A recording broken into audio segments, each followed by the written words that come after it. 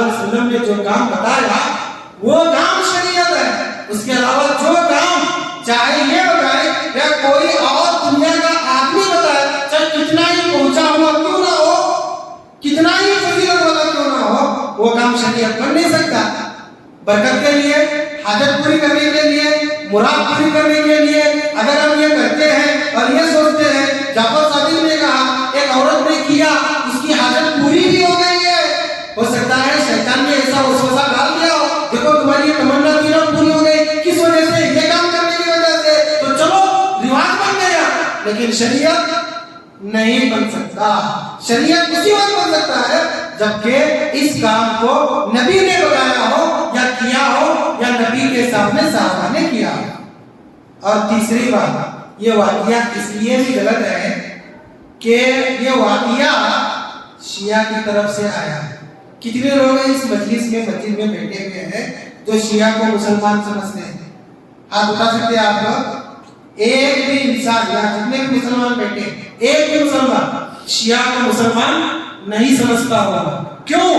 کیونکہ وہ اللہ کے منکر ہیں، اللہ کے منکر ہیں اور علی کو اللہ مانتے رضی اللہ تعالیٰ عنہ کو. تو شیعہ کافر ہو گئے نا. یہ بات الگ ہے کہ کئی مسلمانوں کے رشتہ دار شیعہ ہونے کی وجہ سے شادی بیاہ کے مسئلے میں اٹکے ہوئے ہیں. ایک گھر کا لڑکا ہے، ایک گھر کی لڑکی ہے، سنی کا لڑکا شیعہ کی لڑکی، سنی کی لڑکی شیعہ کا لڑکا، نعوذ باللہ من ذالک. یہ سب صرف علم کے نہ ہونے کی وجہ سے ہو رہا ہے. آپ سوچیے ذرا، اگر رجب کے بارے میں علم نہ ہو تو آپ رجب کے سارے غلط کام کریں گے. اور شیعہ سنی کے درمیان فرق آپ کو معلوم نہیں ہے تو دیکھیے کافر اور مسلمان کا نکاح نہیں کرے. اب تو پتا چلا کہ نہیں علم ہونا ضروری ہے. یہ شیعہ کی طرف سے آیا ہے اصل میں. کیوں بتائیے؟ اچھا شیعہ کے دشمن کون ہے؟ شیعہ کے دشمن کون ہے معلوم ہے؟ دیکھو یہ بھی نہیں معلوم ہے، شاید معلوم ہے لیکن بول رہے ہیں آپ کو. شیعہ کے سب سے بڑے دشمن باپ بیٹے. سمجھ گئے؟ باپ بیٹے کون؟ امیر معاویہ اور ان کے بیٹے یزید، میں تو کہوں گا رحمہ اللہ. اور امام جو رضی اللہ عنہ ہیں امیر معاویہ، ان کی وفات 22 رجب کو ہوئی ہے. کون سی رجب کو؟ 22 رجب کو. اور 22 رجب کو امیر معاویہ کی وفات ہونے کی وجہ سے شیعہ لوگ خوشی سے دعوتیں کر کر کے کھاتے ہیں کہ آج ہمارے دشمن کا انتقال ہو گیا، آج کی تاریخ کو ہمارا دشمن ختم ہو گیا. جب شیعہ نے دیکھا کہ اس میں جاہل سنی بھی شامل ہو رہے ہیں تو رواج دے دیا اور نام رکھ دیا ایک کسی انسان کا جو شاید موجود ہی نہ ہو، جعفر صادق. اور واقعہ بھی بنایا کہ انہوں نے 22 تاریخ کو ایک عورت کو کہا، عورت نے مان لیا، عورت نے کیا اور عورت کی حاجت پوری ہو گئی، تم بھی کرو. شیعہ کا رواج سنیوں میں آ گیا اور شاید شیعہ کرنا چھوڑ دیے، سنی اس کو سینے سے ہٹا دیا. بالکل غلط ہے. تو 3 طریقے سے یہ واقعہ بالکل غلط ہے، یہ کام بالکل غلط ہے، ہرگز نہیں کرنا چاہیے. ہاں دعوتیں کرنا ہے تو مظلوموں کو، مجبوروں کو اور بالکل بے کسوں کو، غریبوں کو کھلاؤ. ولیمے کی دعوت ہے، رمضان کی دعوت ہے، افطار کی دعوتیں ہیں، کھلانا چاہیے.